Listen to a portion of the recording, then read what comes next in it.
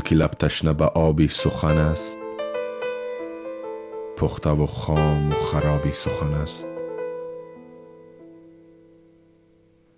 عبدالرحمن جامی.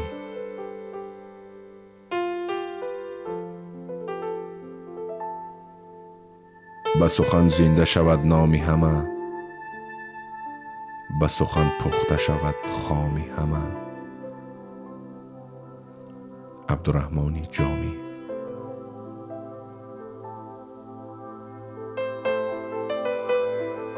زبان از بلبل آمد گوش از گل، ببین عیش گل و فریاد بلبل.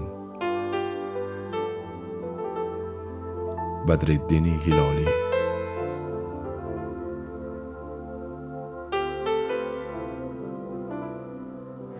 بس که خلق از زبان زیان کردند، همه سر در سری زبان کردند. کمال الدین بینایی.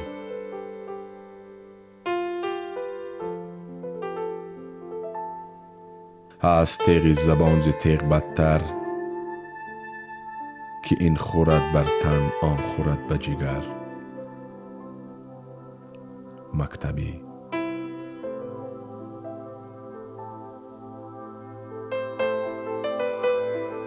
چشمی که ندارد نظر حلقه دام است، هر لب که سخن سنج نباشد لبی بام است. میرزا عبدالقادر بیدیل.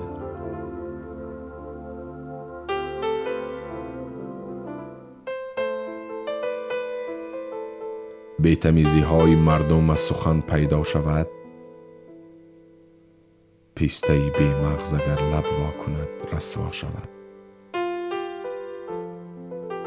میرزا عبدالقادر بیدیل.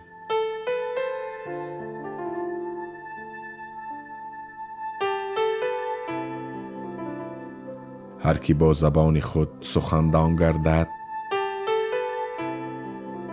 آموختن 100 زبان آسان گردد.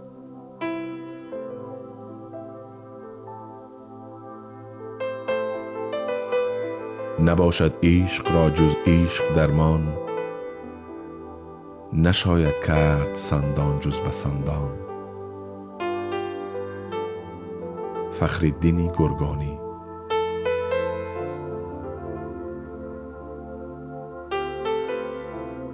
بگیتی عاشقی بیغم نباشد، خوشی و عاشقی با هم نباشد. فخرالدین گرگانی.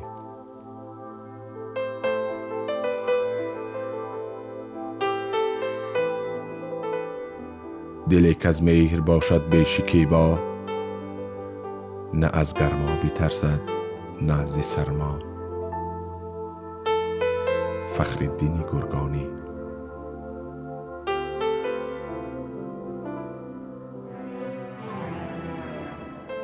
گر همه لعل بایدت کان کن،